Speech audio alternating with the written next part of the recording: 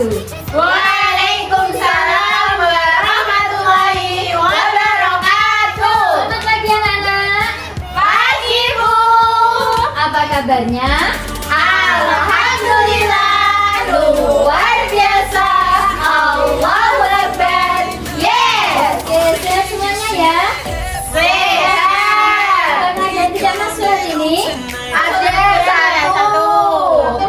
siapa ya yang nggak masuk? Mbak Fida. Mbak Frida, mana ya Mbak Frida? Bu sakit Bu. Oh sakit. Pacaran Bu. Tadi sudah izin? Belum. Belum. Ke besok kalau nggak masuk bawa surat izin ya. Ya Bu. Oke, hari ini kita akan mempelajari tentang apa? Pancasila. Ya, pendidikan keluarga Negaraan. negaraan. Burung Bu. Iya. Apa gambar apa ini? Burung. Apa? Ada yang tahu? Nggak tahu. Namanya ini burung Garuda. Apa? Burung Garuda. Nah, di sini Bu Guru akan menjelaskan asal usulnya dulu ya. Asal usulnya Pancasila. Ya, asal usulnya Pancasila. Asal usul lambang Garuda Pancasila.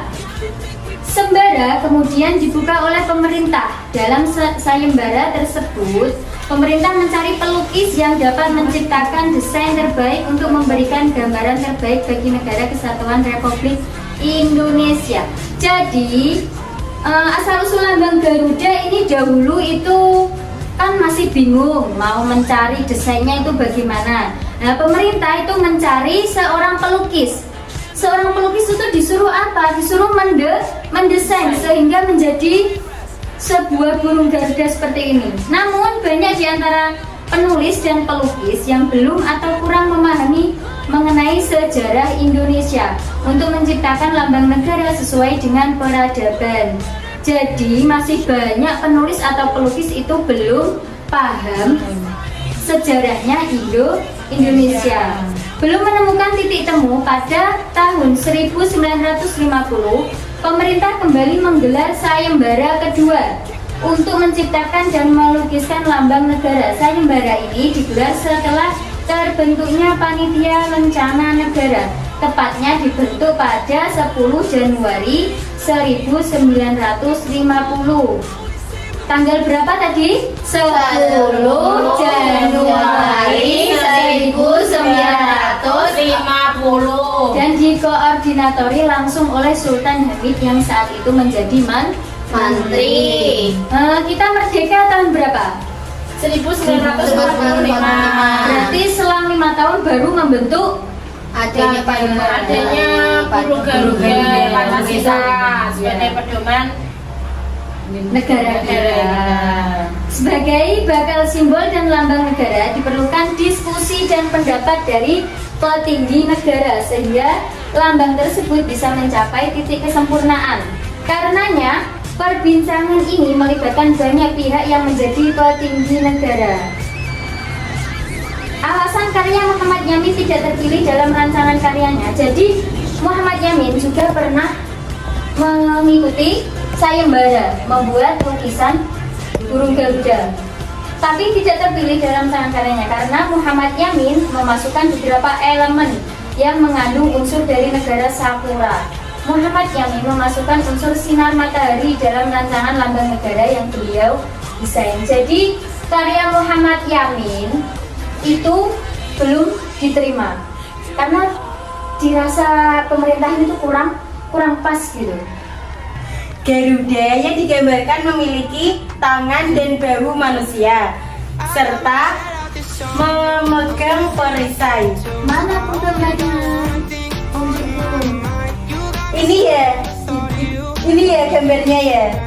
Tangan dan bahu manusia serta memegang perisai. Ini Sultan Hamid yang mendapatkan kritikan tersebut menerima aspirasi tersebut dengan positif dan menyempurnakan kembali rancangannya. Dari yang awalnya berbentuk Raja Wali, Garuda Pancasila menjadi diringkas dengan kembali Garuda Pancasila. Namanya awalnya yaitu Raja Wali Garuda, dirubah menjadi Garuda Pancasila. Dengan bantuan Mohatta yang saat itu sebagai Perdana Menteri, Soekarno sebagai Presiden kemudian membawa dan menyerahkan rancangan lambang negara kepada Kabinet RIS pada tanggal 11 Februari 1950. Dan akhirnya dalam sidang Kabinet RIS, lambang negara karya Sultan Hamid diresmikan.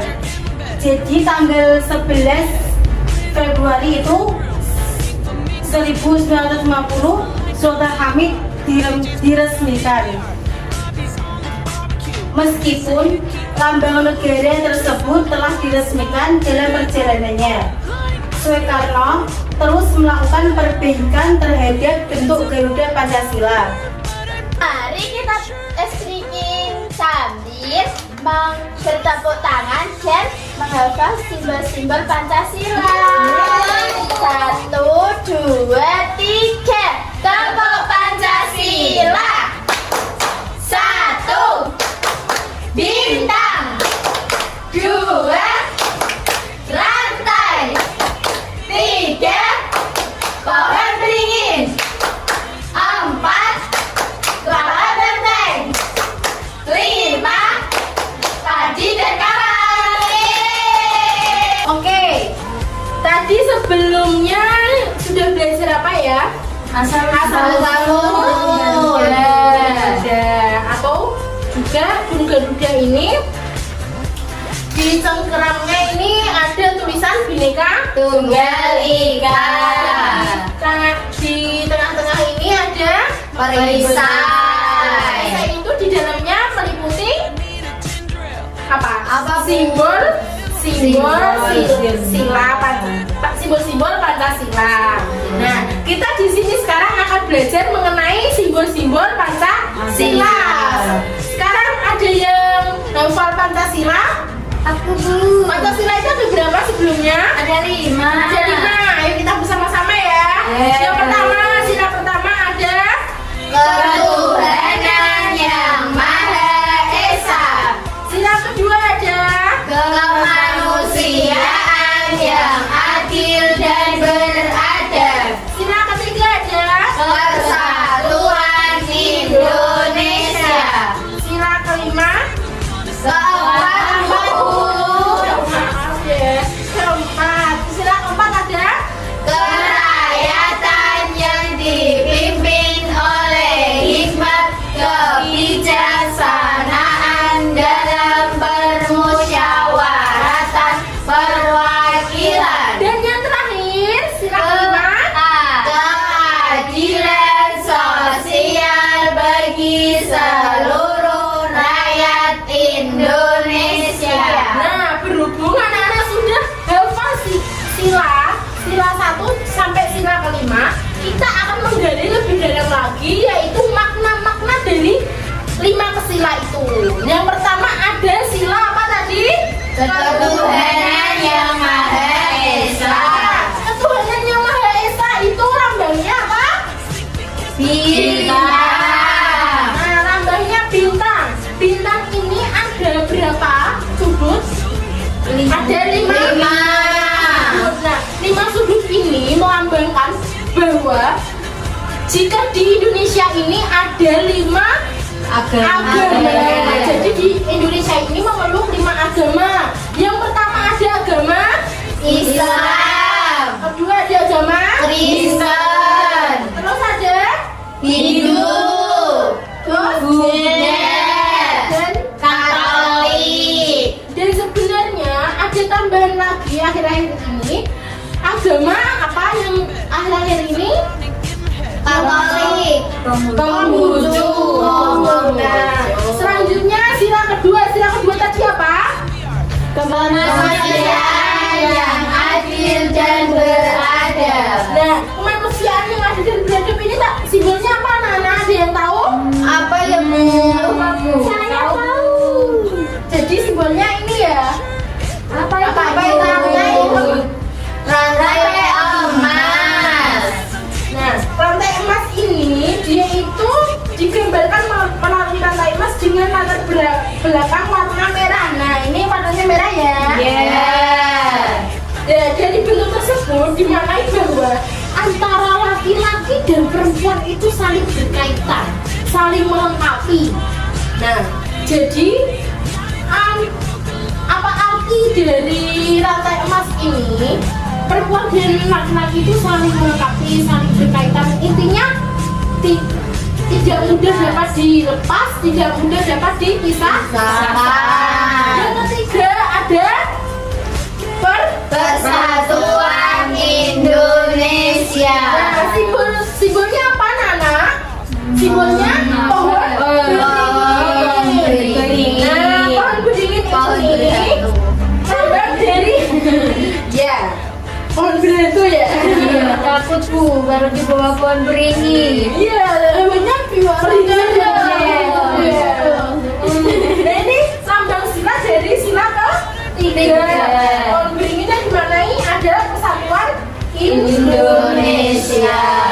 Nah, dari itu akar tunggal yang dimiliki pohon beringin ini bermakna persatuan bangsa Indonesia. Sementara sulur-sulur yang ada di dalam pohon beringin menggambarkan perbedaan suku. Nah, mengapa Indonesia itu ada suku yang berbeda-beda, terus ada keturunan dan juga agama yang berbeda-beda.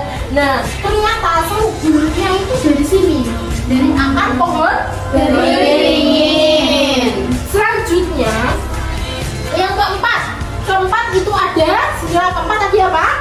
Kerakyatan yang dipimpin oleh hikmat kebijaksanaan dalam permusyawaratan perwakilan.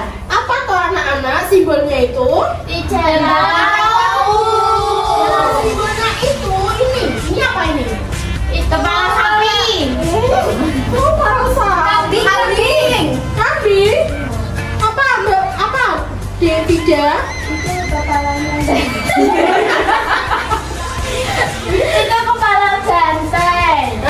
Pinter. 100. Nah, jadi simbol sila keempat itu adalah kepala banteng. Di mana kepala banteng itu terletak tempat di kiri atas perisai Garuda Pancasila. Itu kalau dilihat dari filosofinya itu banteng adalah hewan yang hidupnya secara berkelompok. Nah, dengan demikian banteng melambangkan masyarakat Indonesia itu yang majemuk dan juga gemar berkumpul bermusyawarah. Nah, gemar bermusyawarah dan gemar bermufakat. Selanjutnya, sila yang kelima. Sila yang kelima ada Keadilan sosial bagi seluruh rakyat Indonesia. Lambangnya apa, Nana? Simbolnya? Apa itu, Bu? Ada bunganya Bu. Itu bukan apa, Bu? Ini yang empat ini adalah padi. Padi itu yang kita makan sehari-hari. Bukannya beras ya yang kita makan nasi. Nah, padi itu diolah lalu menjadi nasi. Nasi itu hidangan kita sehari-hari. Selain padi ada kapas. Jadi simbol sila kelima itu ada padi dan kapas. Nah, padi dan kapas ini menunjukkan kemakmuran bangsa Indonesia dan juga kesejahteraan bangsa Indonesia. Pak, padi dan kapas ini terletak di bagian mana? Bawah kanan. Nah, ini artinya padi dan kapas ini kebutuhan pokok dan dasar dari manusia, yaitu untuk pangan dan sandang. Jika tercukupi kebutuhan dasar ini, maka sejahteralah dan makmurlah masyarakat Indonesia. Nah, jadi sudah kelima ini sudah kelima, sila Pancasila sudah tersampaikan ya. Nah, jadi gambar ini tidak hanya gambar saja, jadi dia ini mempunyai makna. Nah, gimana Bu cara menghafalnya? Cara menghafalnya gampang. Nah, misalkan perisai begini ya, Nana.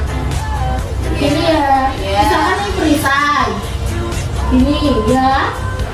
Nah, ini caranya. Ini 1, 2, 3, 4, 5. Caranya gini. 1, 2, 3, 4, 5. Kan urut tadi. Nah, sampai sini paham? Alhamdulillah. Halo.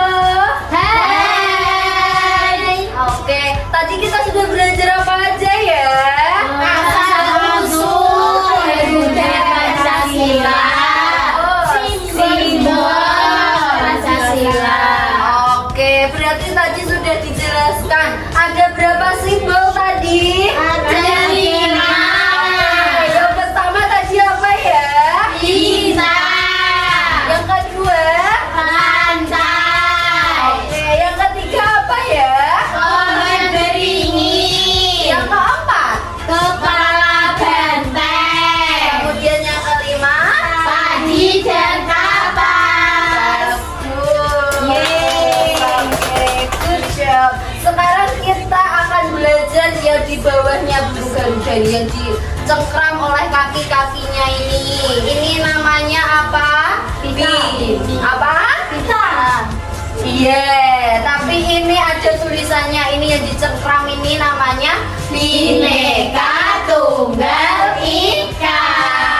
Oke, sekarang Bu Guru mau menjelaskan tentang Bhinneka Tunggal Ika. Jadi Bhinneka Tunggal Ika itu merupakan suatu apa ya? Pedoman bangsa Indonesia, yaitu apa artinya? Yang artinya yaitu dari beberapa suku, yang dari beberapa agama, dari beberapa adanya suatu agama atau suku tadi itu membentuk satu persatuan. Jadi Bhinneka Tunggal Ika itu artinya berbeda-beda tapi tetap satu juga. Yang mana beda-beda tadi apa yang beda? Suku.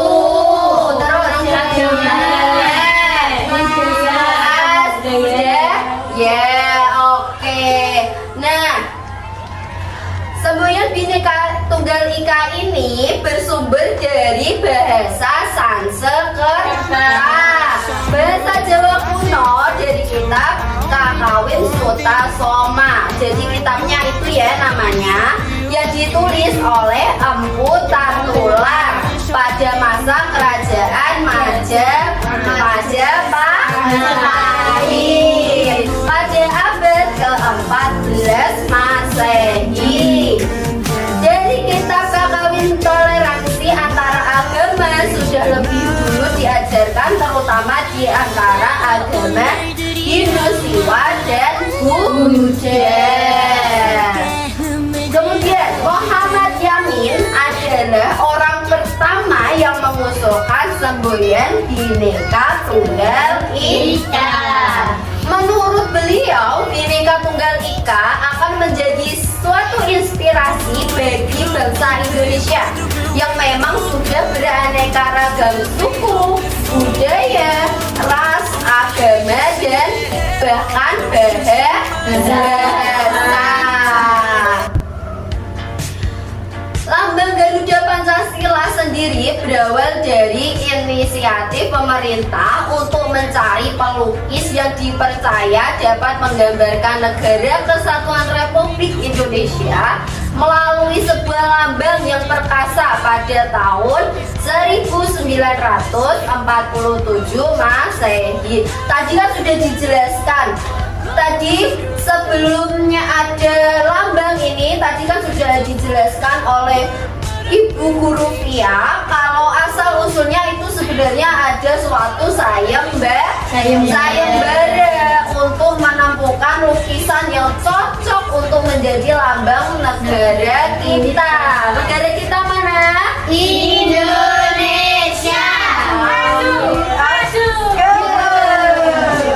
Oke. Mungkin cukup sekian ya untuk materi hari ini. Tadi kita sudah belajar apa saja? Coba diulang lagi. Asal-usul negara Pancasila. Terus simbol-simbol Pancasila. Bhinneka Tunggal Ika. Oke. Tadi lambangnya ada apa saja? Bintang, rantai, keringin, kepala benteng, kaki dan kapal. Kemudian tadi yang baru saja dijelaskan arti dari Bhinneka Tunggal Ika apa ya? Berbeda-beda tetapi tetap satu jua. Oke, tepuk tangan untuk semuanya. Oke, terima kasih. Kan tadi sudah belajar, sekarang waktunya sudah habis. Waktunya kita ulang. Mari kita sebelum pulang kita berdoa. Ayo, 1, 2, 3. Pulang, marilah pulang. Kalau pulang selamat jalan. Tengok kanan, tengok kiri. Jangan lupa hati-hati. Tapo jari 1, tapo jari 2, tapo jari 3, tapo jari 4, tapo jari 5. Berbunyi semua. Angkat tangan dan adakan waktunya berdoa. Berdoa mulai.